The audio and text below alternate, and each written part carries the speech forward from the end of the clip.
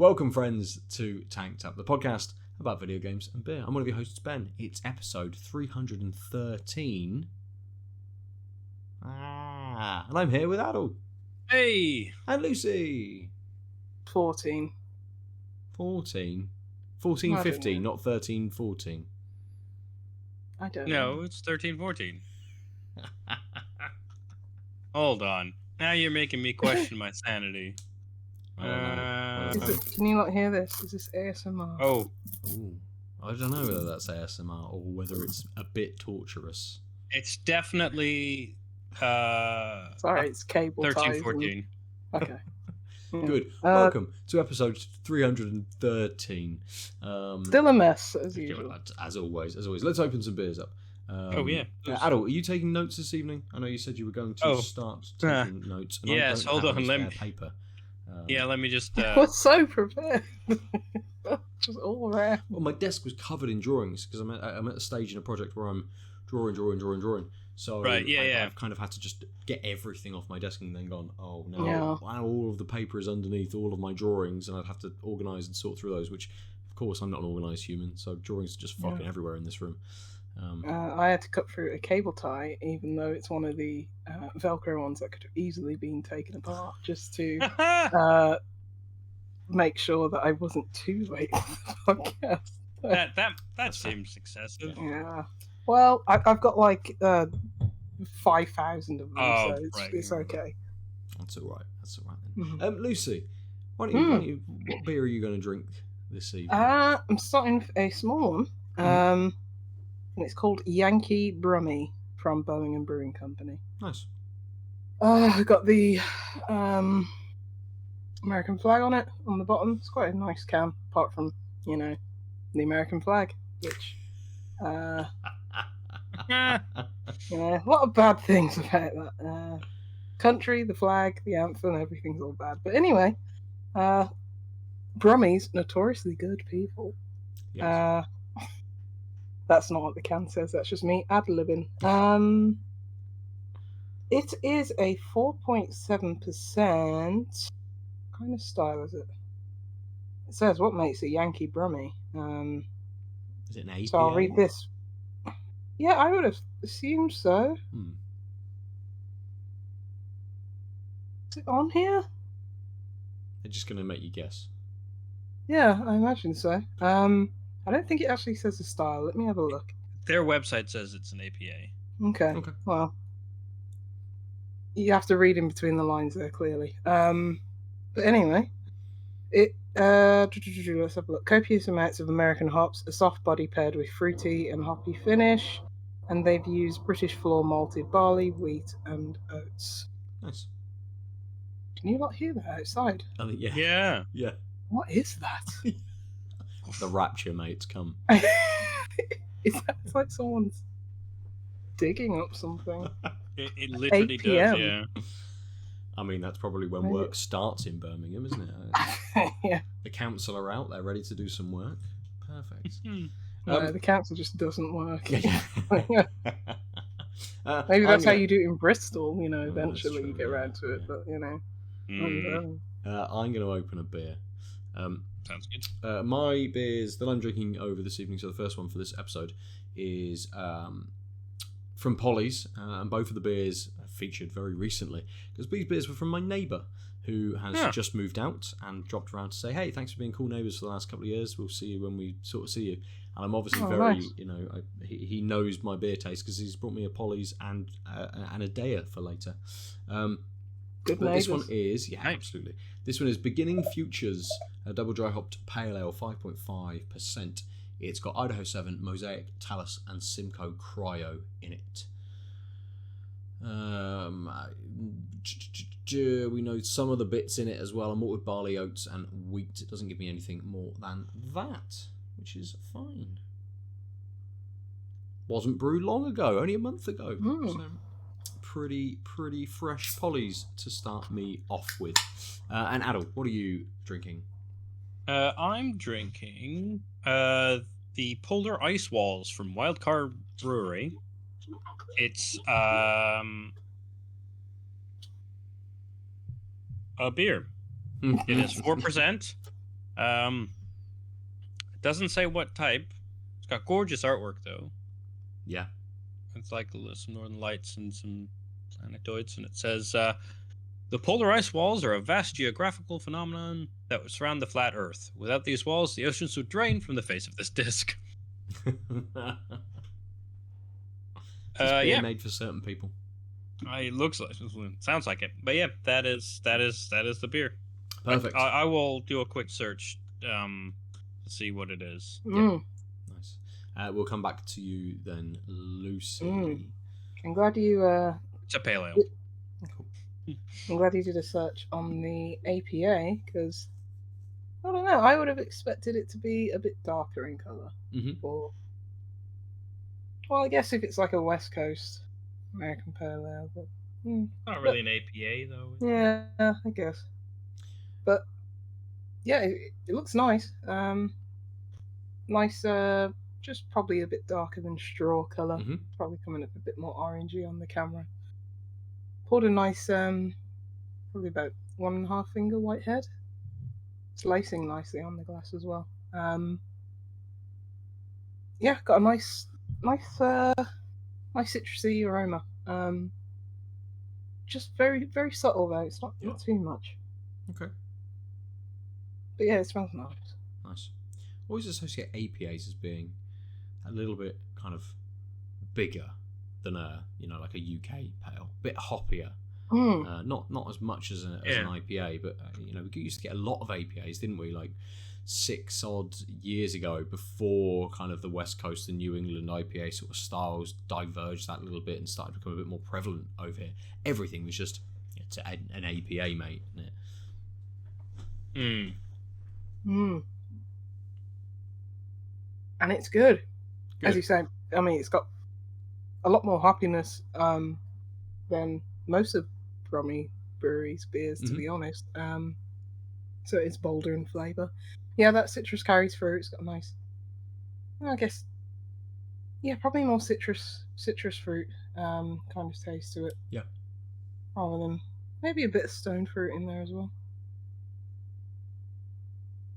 But yeah, really, really zippy, really zesty. And yeah, just a little bit of bitterness and a little bit of pine on the back as well. It's like nice, really well balanced, and it's easy. And for 4.7%, they've packed a lot of flavour in it. To be fair, so yeah, this is good. Wasn't really knowing what to expect with this one, but I'm pretty happy with this. It's got enough flavour in it where I don't feel compelled just to smash through it. It's like, okay, like Aadil's beer last week, like I could let that sit and just enjoy it for like the next hour or so. But yeah, that's a good amount of body as well. It's not thin. Yeah, it's a good beer. Nice. No complaints about that. Yeah, and just that little bit of bitterness at the end. It's just like just brings everything full circle. Perfect. Good. Excellent. From one pale to another, this, I mean, it's a double dry hop pale from Polly's. It's the nose on it's big, huge nose, lots and lots of melon and mango in there, and it almost kind of, it's difficult to sort of say, but it smells chewy. It smells like I'm going to get into this. It's just going to be like like a it's got a little walkie. Yeah. Walkie flavoured. Dank fur. You can see it's sort of very, my light's a little bit bright, but it's really pale. On the camera it looks very, very similar. There's no sort of difference between what I'm seeing and what you guys are seeing too much. But it's a solid block of colour, as with lots of Polly's beers. But on the flavour, it's actually a little bit dialed back in that lovely big fruity nose that I'm getting. And it's dialed back with a little bit of bitterness. So there's a slight dank undercurrent to this, which kind of kicks in sort of straight away. And it's like that sort of mango in there is just a little bit sweet. The melon in there is maybe just a touch kind of riper, giving it that little bit more kind of earthy note to it, which obviously helps along with the dankness as well. And then does leave a touch of a piney bitterness in there. Not very much, but it's kind of just sat in there. It's there if you search for it, but it's just enough that you can kind of pick it out, and that's what sort of lasts just that little bit. That little bit of bitterness runs through. Once you've picked it up, it's like, yep, there it is. It's going to keep on that finish, but everything else fades quite quickly. Fine, absolutely fine for a pale, especially at 5.5%. I did have a beer earlier. Managed to actually go out and have a pint. And drank a pale from Newtown Park, which the name of it has escaped me. But it was a keg beer, pale, only like 4.5%. But that was, pretty flat, little bit of flavour, sort of up front, but had a lovely bitterness to it. And this is kind of almost the other way around. Whilst the bitterness on this isn't lovely, it's just very, very light, and all of that flavour is up front, hitting me with those both sweet and ripe kind of fruits. And as I say, fades pretty fast, but we'll see with me chugging away on this how much that flavour sticks around. And Aadil, we'll jump to you. The pour was quite heady. You can see it basically filled the glass. But it's gone down quite well. Lacing is a little bit there. Mm-hmm. It's got lovely slight stone fruit, along with almost like a vanilla-like sweetness on top. Yep. And then I would say in sweet citrus, think tangerine versus clementine.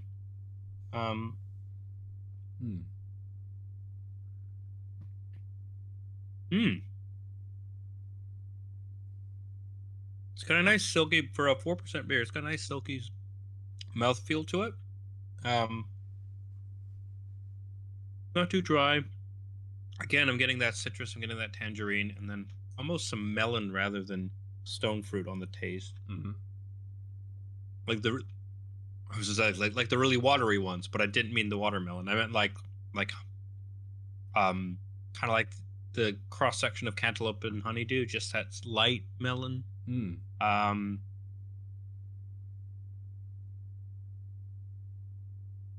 Yeah, right on the foretaste, fades a bit. I'm left with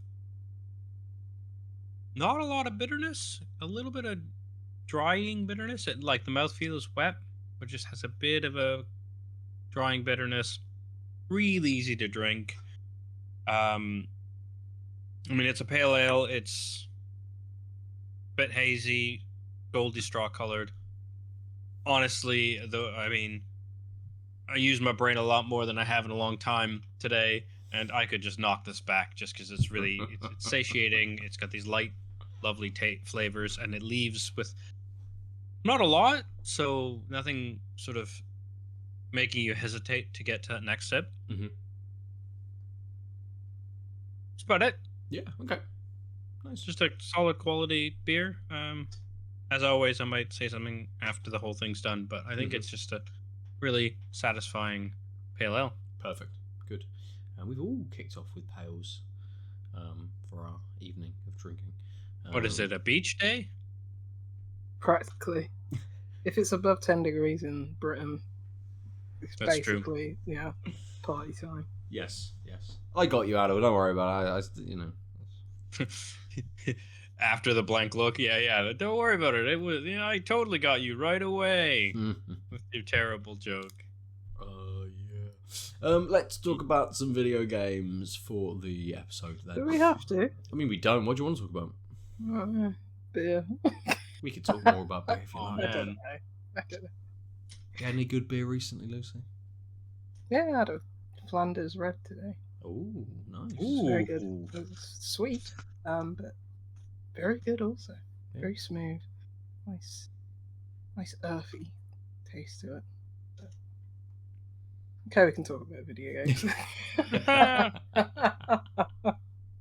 Amazing. Aadil, why don't you kick us off this week? Sure. I've been playing a bit more Elden Ring, surprising no one. But I streamed a game on Tuesday called Onde. Depends what language. OND. Sorry. Depends what language you're saying in. Who are the devs? Why are That's they... a. I Because- should have had that prepared. I I closed can Steam. Steam it. I'm on Steam right now, so I can have a look. They are. So the devs are Humans. Lance and 350, and it's published by Mixed Vision. Mhm. I don't know who Lance is. No, I've never heard of any of those things. Lance is that guy in GTA Vice City. But I don't know. Yeah. I'll Okay. have a Google whilst you talk about it. Yeah, Will I tell talk us about it? about it. Tell us about it. It's a game. Hmm. Oh. It's like a rhythm music-y platformer. It's hard to describe. You're basically this weird jellyfish thing that has 4 segmenty friends, and you sort of have to travel through from essentially white bubbly to bubble. But like, you'll be in sort of so if these bubbles are next to each other, you can kind of do a weavy motion. So you go around one bubble, and then as soon as you get in proximity to another bubble, you'll sort of glom onto it. So if the very beginning is like a chain of slightly separated bubbles, and you figure out how to weave. But the key here is that it's got this really excellent score, and it's interactive. So every time you glom on, it'll add to the music. So if you do the weaving fast, it interleaves with the actual music that's going on. And then there's some sections where it's like a bunch of really interconnected circles, so you're sort of bouncing over them, and it goes like da da da da da da da da in a Nice. really like satisfying way. But you're sort of stuck on gravity, so if like the arc of interconnected bubbles sort of swoops downwards, if you're on the inside, you could go really fast. If you're on the outside, you kind of slow down because you have to change the way you use the D-pad or rotate. And sometimes you'll have a chain, but then you end up having to like stop and then swoop around and sort of swing yourself in the inside of the chain to keep going. But the main mechanic is there'll be like some bubbles that have a little, like you basically look like a cross. You're like 4 circles, well, quarter circles. I know how maths works, geometry, sort of stuck together, and there'll be spots where there is something like that, and then one of your little friends will go and fit in there, and then you push the button on your D-pad, or not on your D-pad, on your control pad that corresponds to top, down, left, or right. So Y, X, A, B if you're on an Xbox controller, and then it'll pulse. It'll send a pulse out while the guy is there, and then you can jump on that, and then you can ride the pulse to another spot. And as the game develops, your dudes will go into different things, and you have to like pulse from one spot, and if you get far enough away, your guy leaves and rejoins you. So then, but one of your other guys will come to another thing. So you're kind of like having to navigate where you are on the arc of these ever-expanding bubbles to navigate through the terrain, which will auto-kill you. And if you don't glom onto a bubble, you'll die. If you can only be separate from a bubble for a certain amount of time. And then later in the game, there are bubbles that like, as soon as you, like they pulse, but as soon as you touch them, they stop where they are. And then you can travel the arc. And other ones where you touch them and they suck you in, and then you pause and they'll throw you in the opposite direction. So the platforming, like, it's really hard to describe. Watch a trailer. The platforming is actually quite interesting, and the puzzling is quite good. And I played for 2 hours 15 minutes, and I got through, I'm assuming, the majority of the game just based on like how long to beat. It's somewhere between 2.5 and 3 hours. And the music is amazing. And at one point, there's like a chase sequence of like black bubbles which are chasing you, and you're having to navigate through them the right way, and it's really intense.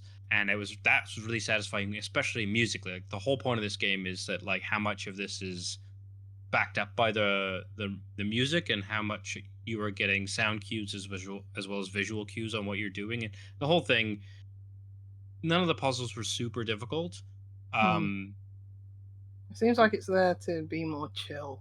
Yeah, it's like a chill game, and you're getting this sonic feedback, and you're just traveling through, and it's visually really great. You're kind of undersea, and as you float around, you're kind of like a jellyfish, but again, you're just this weird thing.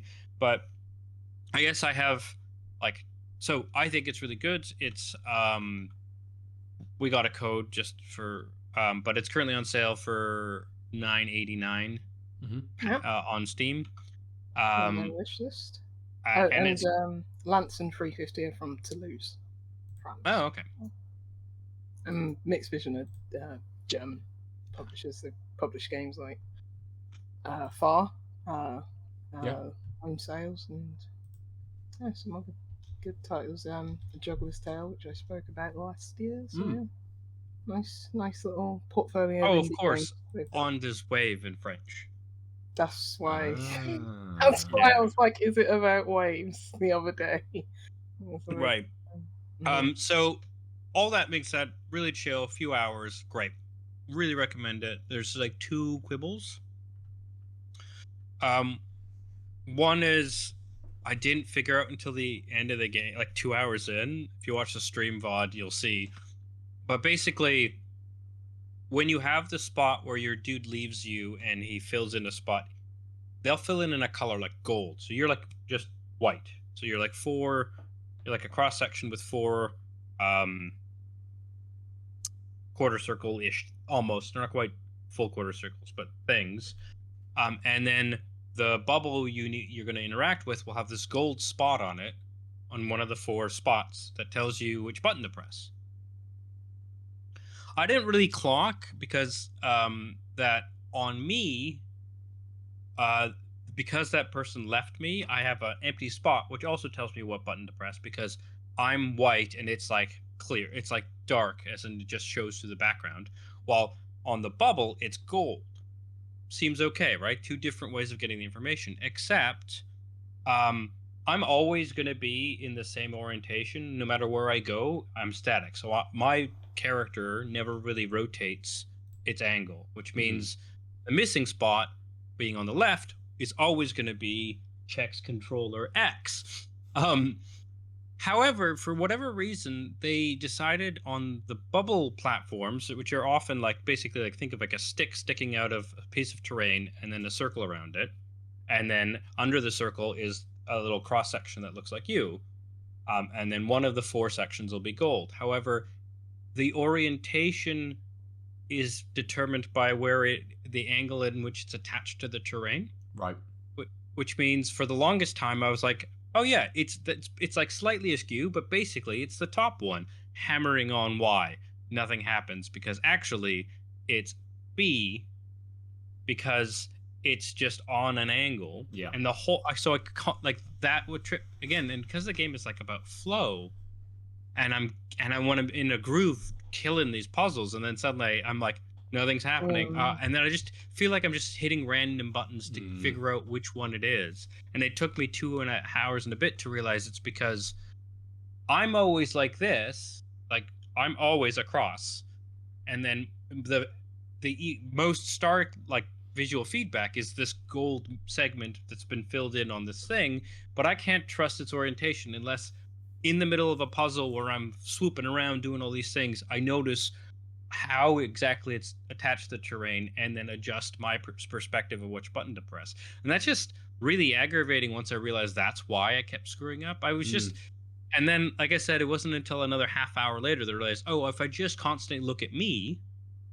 with the subtle feedback is the more consistent one. The lack of my friend over there being gold is always going to be in the right position on my button pad. So actually, if I just look at me, I'll never get it wrong. But they've put the coloring, right? They've put the big signposting on the more confusing. Like they've got 2 different ways of telling me the same information, but they're signposting me to the one that is less accurate, and that kind of sucked. I don't know. Sounds like you just need to get good at the relaxing puzzle game. Yeah, I mean, sure. Like I said it was a minor quibble. It's just one of those things that I want to bring up because, like, it's important to be like, hey, look, these are weird dev decisions, and that's part of our job as, like, reviewers. The other thing is the most intense musical and fast-paced section of the game. basically was on autopilot. So it was huge, cool musical things, and I was flipping around the screen and zooping around. But I basically like started the level and then touched a thing, and the rest. I was like, I was holding down, the joystick to try and go faster, and then I realized it was doing nothing, and that was not great. And like some of the, like, spoiler alert, at some point you go to like something that looks like space. Again, it's super trippy, really great graphics, and those mechanics are a bit more clunky in the later half of the game. Later, I would say the last third, I'm guessing.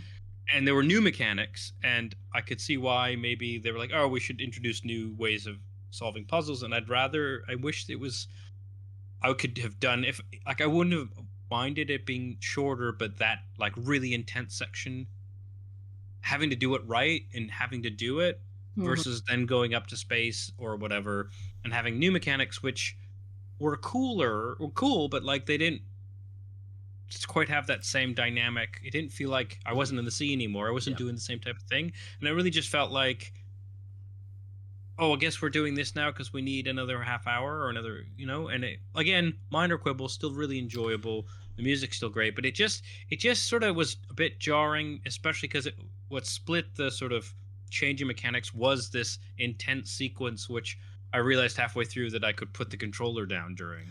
So then it was like, I wasn't playing for a bit, and that's minorly It's a very annoying. relaxing game because I'm doing nothing. And then when I'm picking up the controller again, it's kind of like, oh, but I'm after a short bit of really finicky puzzling, which I actually liked. I liked that it made in last bit of the sea was like a harder puzzle to figure out, which I didn't mind because it was like, this is a bit of a challenge. I had to figure out that they had to do something extra, and then suddenly I'm in space and doing things very different. But it just, the flow of the game really didn't match because it was like really really easy, same difficulty. Then suddenly I'm thinking I'm doing stuff and I'm not. Then I'm doing some of the similar stuff. Then it's like really finicky puzzling, and then I'm now doing very different navigation. And like I said, the flow kind of struck me as odd. Again, I'm saying this with the proviso that it's a minor quibble. I still enjoyed all of those bits. It's just, it felt a bit clunky there. Well, it's kind of wanting that. Even, I suppose it's the difficulty of trying to make a kind of a relaxing experience, but still keeping people invested and interested in continuing to play, rather than making you play those more difficult, intense parts and taking the relaxing aspect out of the game. They elect to take it in a different direction and get you to relearn certain languages and things kind of with what they're trying to get you to do, but maintaining that relaxing sort of setting, I guess. And it's kind of, from what you've been saying, I'd much rather play this as a relaxing experience than I would something like Submerged, whatever the subtitle of that Hidden Depths. Thank you, Lucy. As a shorter experience that is different, that is trying to do kind of, it's not taking an open world game and saying this is now just a relaxing open world game. It's doing something that a little bit different, and it's not something that I play a lot of. So to suddenly be like, what can I do to have a relaxing video game experience? Chuck something like this on instead. So it sounds like it's doing kind of the right things. It's just elected kind of halfway or 2/3 of the way through to try and maintain that relaxing sort of idea rather than scaling up the difficulty, which obviously you would have preferred it to sort of do. Well, I guess that's the weird thing is, like, now I might be misremembering the order of things, but like there was quite a weird puzzly part where basically you had to figure out that it wasn't just, so most of it is like you're in a situation, here's some bubbles, navigate your way through. Here, these different bubbles do different things, and when you're over here, like, you might have to bounce back and forth, navigate. Like it was just variations of that. And then there was a section where it was like, oh, actually, you need to figure out that you need to earlier in the game you figured out you needed to like go swing by a little floating eye fish, and then it'll follow you, and then it'll it'll activate a new bubble over there, and if you don't do that, you can never get to that bubble. Right. And then this section, it was like you have to figure out that you need to get as many of these guys as possible, and then search around in weird corners to find these guys in this section of the map, which is totally not how anything else in the game has been, because it's all about flow and moving through. In this, it's like, oh no, go to that corner, figure out how to do that, get that guy, and then you find a pocket where there's like 15 of them, and they come with you, and then you leave that spot. And it was the spot where I stopped having the flow, and I was like, oh, this is interesting because it's like puzzly. It feels kind of out of place with the rest of the game. But then if Flow is a different game. Yeah. Hey. But ironically, it reminds me of Flow. But like, I mean, it looks a lot like it as well, doesn't it? Really? Yeah. But having said that, it's like I don't mind that change of pace. But then if you're willing to make me do this tight platform, like actual solve a different type of puzzle, then why wouldn't you let me just do the same thing you were doing before, but faster, in like the cool high intensity music sequence? Like that's what was jarring. Yeah. I guess. Yeah. Anyway, again, I still recommend the game. I want to be clear. It's a really chill experience, and these are like minor quibbles. They're just like weird choices, or like, especially because it's about the flow. I thought it was useful to say like it has some jarring bits, but they're not like, you know, it's not like, it doesn't completely take you out of the experience. Just minor quibbles. Yeah. I really want to hear the soundtrack. So. It looks like a game that has a great soundtrack, and you say it's really good. So, even if I just put that on whilst I'm working. Yes, I was going to say, is it the kind of soundtrack that you could just put on in the background whilst working to? Except for what I really liked was that like chase sequence, because I was so into the vibe of the game when that happened. I was like, it feels intense, and I was worried, and I got anxious, like a bit anxious and nervous, just because I wanted to not. Part of it was like I wanted to not get attacked by these growing black things, but also because I didn't want the music to stop. Like I didn't want the flow of the game to stop. So because it was more intense, I was like trying to like really navigate, because if I die, I'm not gonna have this intense swing and crescendo follow through. So I really, really liked that part. But then when later I didn't have agency during a similar type of thing, I think that's what made me sour. It was like, I thought it was really chill, and then when it wasn't, I really liked that change of pace. That was great. So yeah, really recommend it still. But like I said, it's just not quite as smooth as it could be. Cool. Okay, nice. Let's jump to you then, Lucy. I know you mentioned you got a few updates on games that you've been playing that you wanted to talk about. I spoke about this a couple of weeks ago. Labyrinth City, the Maze Detective. Yep, playing it on iPad. I finished it. I think there's about maybe about 10 levels in total. And yeah, it just continued to charm me. It's for anyone who doesn't remember, it's like the Where's Wally-esque I guess hidden object and maze game. It's actually because I was looking at the books again, because I'm just keep going on like Google and Amazon, like just looking at these books, just thinking, when am I going to buy them? It's inevitable at this point, but it's like, yeah, it's a Japanese illustrator. I thought they were French, but it's a French team who developed the game. That's what Darjeeling. That's why I was like, his name's Pierre. It must be from a French guy. He's like, no, Japanese dude. But yeah, I'm just like, I want to buy these books, because I hope they make another one of these, because it looks like they have so much material to like pull from. Seeing as this was, I say only like 10 levels. The levels are incredibly detailed, and you're going through them probably about half an hour each. It's not like you're in the level for 2 minutes and you found everything and moved on. No, not at all.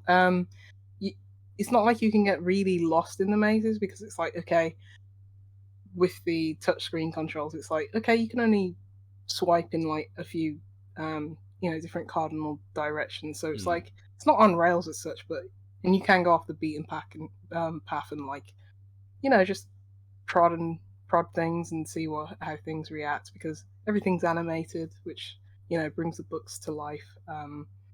So yeah, but yeah, going around the levels probably took me about half an hour each. Just sometimes you just want to like soak in all the little details. Just really good game. Just really charmed me to the end, really, and yeah, really enjoyed it. So Nice. I Nice. finished that. Please make more. There's, I think I was looking at Netflix games of all things. I think because I think they announced a few more that they're putting on their service or whatever, which I haven't checked out. I haven't checked out any of them. I forgot that they were doing games completely. Yeah, But absolutely. apparently Me there's too. like a Where's Wally-esque one on Netflix, so I might have to check that out. But yeah, because my craving for Where's Wally-esque things, it'll never be sated. So have to find my kicks wherever I can, even in the doldrums of Netflix. I don't even know how you play. Can you play them on the TV? Do you have to No, I do it think on a you have to mobile have device? it on your phone. Okay, right. I can't I even see. remember how you get to them. I'm pretty Mm. sure I was looking on Netflix on my phone not that long ago, and a bunch of them popped up. Like, oh, there you go. So on Oh, the Netflix app, down in the bottom, at least on Android, you have Home, and then next to Home is Games. Hmm. And when you click on there, unlimited access to exclusive games, no adverts, no extra fees, no in-app purchases included with your membership. So, I mean, there's a bunch of very mobile ass looking games on there at the moment, like a Stranger Things game. I think it was a frog, maybe. Maybe that was that game Lee was linking to earlier. Maybe conflating them, but yeah, Where's Wally? Netflix. Not the TV show, which was very good. Oh, man, Not the where's my 2019 TV show? one. Jeez. Yeah, I love that. Not the Where's Wally one that apparently came out in 2021. Pass. That looks like crap, but I have no idea that that's even a no. thing. We, as the father on the podcast, I don't know what it is, but anyway, yeah, I will delve into that catalog, I guess, because I don't think, well, say I don't think, I'm definitely not going to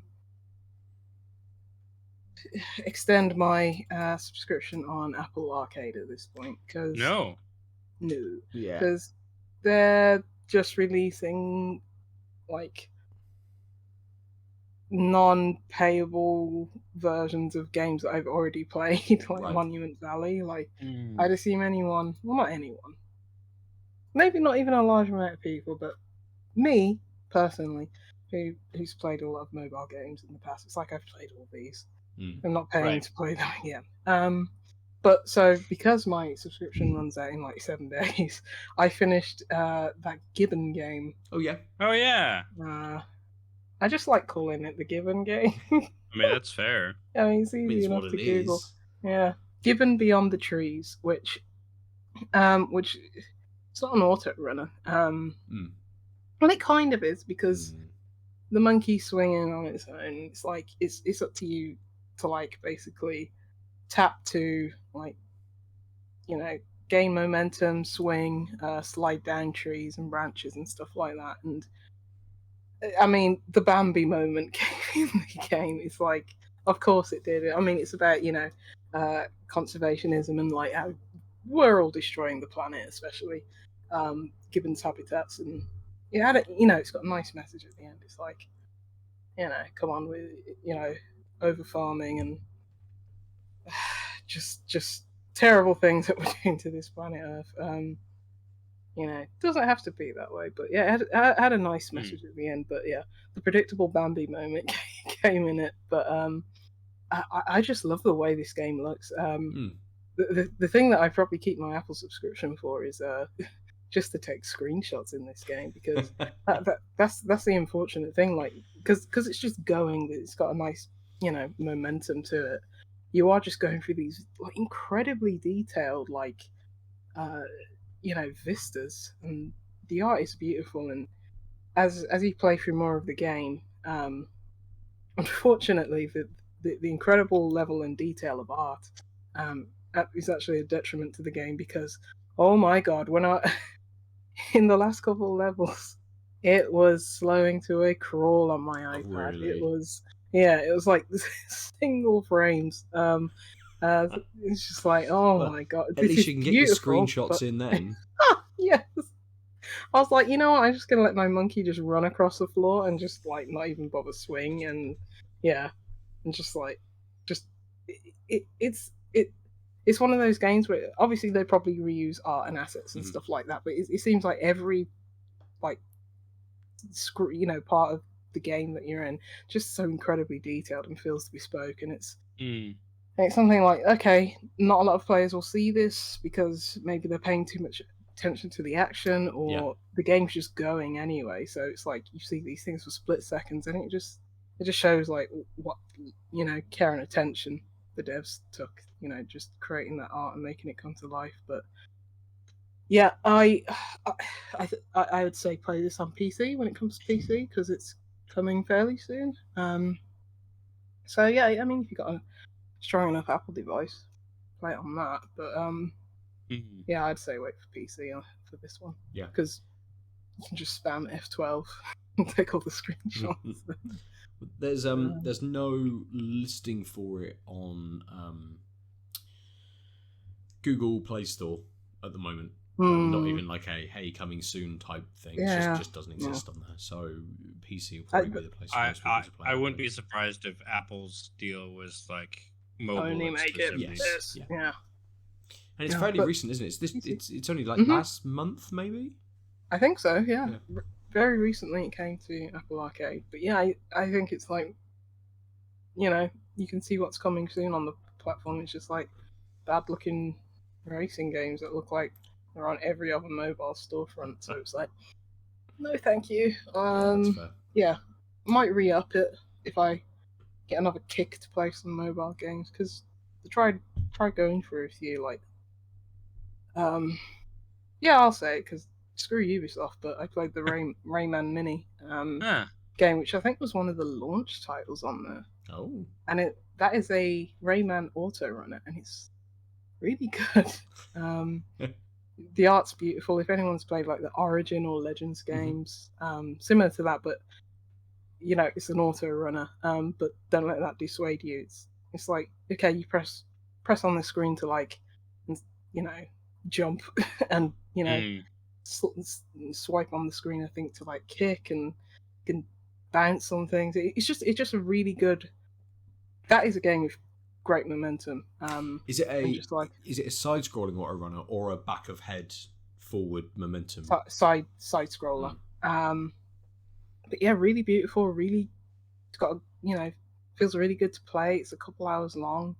Doesn't overstay its welcome, and it's surprising what they could do if they weren't abusing each other and making tens of thousands of Assassin's Creed games. But yeah, this seems like a very small team that worked on this game, including, I don't know if he just oversaw it, but he was in the credits like Michel Ancel, and it's like, yeah, I mean, it's sad. Like it wasn't that long ago that this launched, but it's like, imagine what they could do with all that talent, and yeah. Instead, they're just going to make open world games with NFT, so it's like, jog on.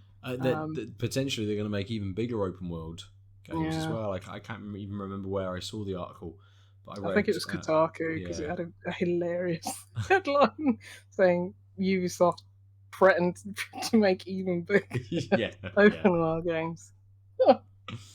So you'll have giant worlds that take you thousands of hours to explore everything in them, but you won't have to worry about it because everything that you explore is an NFT. Obviously, I don't know how that works because it's got to be individual to every single game. It'll be like the Gibbon game, but just more monkeys. Yeah, that's what an Ezio monkey, but this one's slightly blue. The article title is "New Ubisoft Tech Threatens World with Even Bigger Games." Very good. Yeah. But yeah, those are the games that I've played. Speaking of auto runners, there's I did play one other auto runner, but that was I think that's coming to mobile.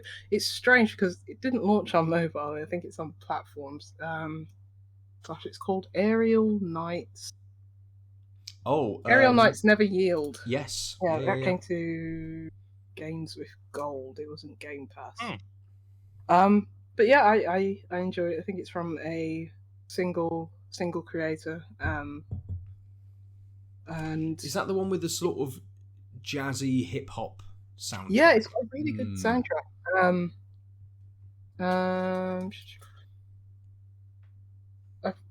The Steam page says a futuristic Tokyo-style Detroit in this 3D runner. So I guess it's 3D assets, but seen from 2D side-scrolling perspective.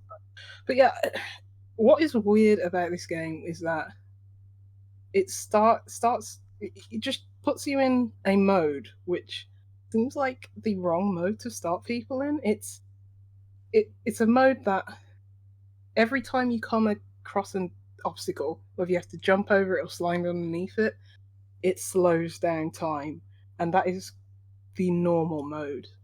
Where it's like I turned that off immediately and played the quote-unquote hardcore mode where you just go. Yeah. It's like I don't want time, because I thought it was like, okay, this is tutorializing. Right, yeah. Okay, action slows down when it wants me to jump or slide and stuff like that. But no, that is the game in that mode. And it's just like, where is the challenge in this? Some of the later levels do get challenging, but yeah, shout out to that game. Single black creator. The game's about some black dude running away from the police in Detroit, which sounds very Detroit. So yeah. I don't know what it's about. I was just listening to the jazzy soundtracks, and I think if this game is conveying a message, I'd probably get sad because, as a black person in Britain, we have our own systemic problems, and everything in America just makes me sad. So so just listen to the nice, really good jazzy hip hop track. So nice, fair enough. Yeah, it's all right. Yeah. You say it's potentially coming to mobile platforms again, not on the Play Store. No listing for that. Play Store never has any listings. Yeah, I think the Play Store is more like, here it is, it's out now. You're like, oh, cool. Like Thanks, Google. Like some of the Nintendo games do like a pre-registration type thing, where you can kind of click it to say that you're interested, or just click pre-register, and it will automatically download it for you when it becomes available. Which, yeah, that's fine, I suppose. And I guess it's more like Nintendo going, we want to gauge interest up front. It's not quite pre-orders because it's a free game on a phone, but we're going to treat it like pre-orders, even though pre-orders isn't a thing. You're just ordering it. You're not pre-ordering it. You're just ordering it. It's just a digital code that can be replicated 1 billion times if they wanted to. If they wanted to. I always find it strange when they're like, well, we've only got like 5 digital codes. Like, no, you have infinite digital codes. Yes. I'm not really sure how that works. But anyway, we don't work in games. It's the NFT of well, mine ends in a 5, so blur. It's the only one available. All of my games that are digital codes are the only code that works for that game. True. So every game is an NFC. Fuck. Let's not get too deep down that rabbit hole. We were going to talk a little bit about Tunic as well this evening. But we're rolling up towards the hour for our first episode. And our topic for the week, which is going to be in next episode, Tunic is part of that conversation. So maybe we'll spend the first sort of 10 minutes. Maybe spend the first 10 minutes of the next episode talking about Tunic. For those of you watching on the stream, that will just follow on after the next 10 minutes of us talking about our beers. For those of you listening on your podcast service of choice, it'll be in a couple of days if you catch us on day of release. But for the rest of this episode, let's jump back to our beers. And Lucy, you kicked us off. How was that? Yeah, still Brewery. drinking it. Yeah. Still drinking it. Still, yeah. It packs a lot of flavour in it, so didn't need to. You could just let it sit and just enjoy it. Yeah, just a lot of fruit, getting a lot of peach now from the taste. But yeah, it's just a really good beer. Really, it's light, so it's like, okay, I could have a few of these, and not feel, it's light to medium bodied, and it's like not too heavy or anything, but all that fruity flavour and like a bit of pine, a little bit of bitterness at the end. It packs a good punch for a 4.7% beer. So yeah, good. I should have picked up more of these. Yeah. Did it maintain that slight bitter note that it had? Yeah, it creeps in at the very end. You're getting a lot of that fruit on the front of the taste, in the middle, and even at the end. So it's only after a little while that you're starting to taste it a bit more. But yeah, it's a really, really good beer. I'm actually pretty bummed I didn't pick up some more of those. I might have to pick up some more. So. Next time you go, you'll be searching for it. You'll see that American flag and you'll think, oh, and then you go, oh no, it is that beer. Okay, cool. Yeah, because I think it cost me like £2.20. Wow. Yeah, just full of flavour. Wow. A 330 mil. 330 mil. Yeah, but yeah, it just lasted me, and it's just like, yeah, very, very good. Good. Brewery are putting out some decent stuff.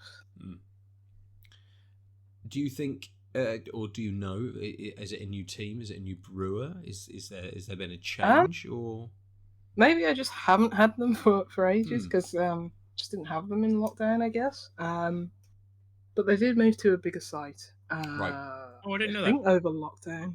Yeah, it's a really nice tap room. So if anyone's planning a trip up to Birmingham, make sure you hit up them. I mean, they're all in Sturchley, so it's like, yeah, you'll stumble into it basically. So even if you're not intending to, but yeah, yeah, and they had a cask thing on a couple of weeks ago, but that was the start of my chest infection, so I couldn't go. So I was just like, but yeah, I'm planning more trips down there because, yeah, it's good.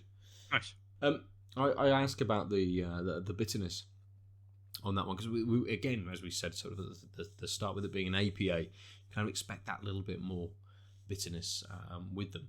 The beginning futures, and you can see from the can, it's all very like pine forests and sort of, it evokes that feeling that this should have a big old bitter sort of flavour to it, and it did have that dankness to start off, and it did have that bitterness to start off, but that faded as I suppose I became a little bit more acclimatized to the beer, and my palate just started to take out that little bit of bitterness.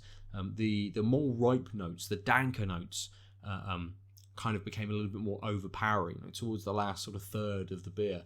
That was mostly what I was getting. Those slightly sweeter, maybe mango, was lost in that last third, and the bitterness was just there. And as I said at the beginning, you kind of had to look for it, but it presented itself enough. Whereas again, that last third, that bitterness had faded just that little bit. And it was really that really ripe sort of melon, that and that sort of dank hoppier sort of flavour, which presided over and kind of almost just pushed out everything else towards the end. Not to say that was a bad thing. It's a lovely it's a lovely flavour as well. It's something that I enjoy. I love a dank beer. So I think it would have just been that little, Polly's are always kind of up here, but this beer would have been just that little bit higher had it have maintained the entire flow through the whole beer. I think I have a Polly's OT IPA or something waiting for me. So that should be very nice. Good. Very creamy. Perfect. And Aadil, as you've just finished your beer, do you want to tell us about it? Yeah, it's a really nice pale ale, nice and juicy. Again, light citrus, but a bit of melon there going through. really easy to drink. Again, not a lot of lingering in good and bad ways. I mean, I do like a long finish, but I think for sort of a medium juicy, sort of refreshing pale ale, that's great. You don't really want too much of a finish. But there was enough of one that I wasn't like bored. Hence why I just finished now, even though it was a 330ml can. Yeah, really tasty. We'd definitely have it again. It's definitely, I think, a good beer to start a night out with, or a night, like a small can, really tasty, not rushing through. Yeah, great pale ale to start the night with. Nice, perfect, good. That's it then for episode 313. As we say, if you're joining us on the stream, stick around because episode 314 comes straight up. If you listen to us on your podcast service of choice, drop us a like, a review, a rating, and whatever those services do these days. And come and join us over on the Twitch at Out of Lives Network to listen live to episodes of Tanked Up and take in both episodes for the week in one sitting with us. You can also go to... What? Soak them in. Just inhale it. Like Kirby. Exactly. Or sometimes when he looks like a cone, it's just like, ooh, that's uncomfortable. Ooh. No, it's very good. I like it. Good. I imagine that's maybe next week's chat. I don't know if I'm going to buy... I don't know if I'm going to buy it. I really should, because I've got like 80 quid in my Nintendo account just from people giving me gift cards. It's like, what else am I going to buy at this point? So, Pokemon Arceus. That game no one remembers came out last week. Or well, last month. I could just wait 2 weeks until the next Pokemon game comes out. Exactly. Well, yeah, that's true. I'll go to bed and there'll be one underneath my pillow, so, it's just like just falling out of have you lost a tooth? No? Have it anyway. It's fine. Here's a Pokemon game for you. Yes, go to outoflives.net as well if you want to take in all of the other things that we do. Stick around on Twitch or go to our YouTube page to see Aadil's First Look streams and the VODs for those. And Onde, I assume, will be up on the YouTube very, very soon. Yep. It's probably on Twitch already. It will be on Twitch already for you to be able to watch on demand as well. I am at Nova_47 almost everywhere, and we are Tanked Up Cast on the socials. Lucy is Juicy Loose 9, and Aadil is at the Omniarch. And they're the places that we inhabit, the games that we've played, the beers that we have drank. Thank you very much for joining us for this episode, and we will catch you very, very soon. Goodbye. Oh. Ciao. www.outoflives.net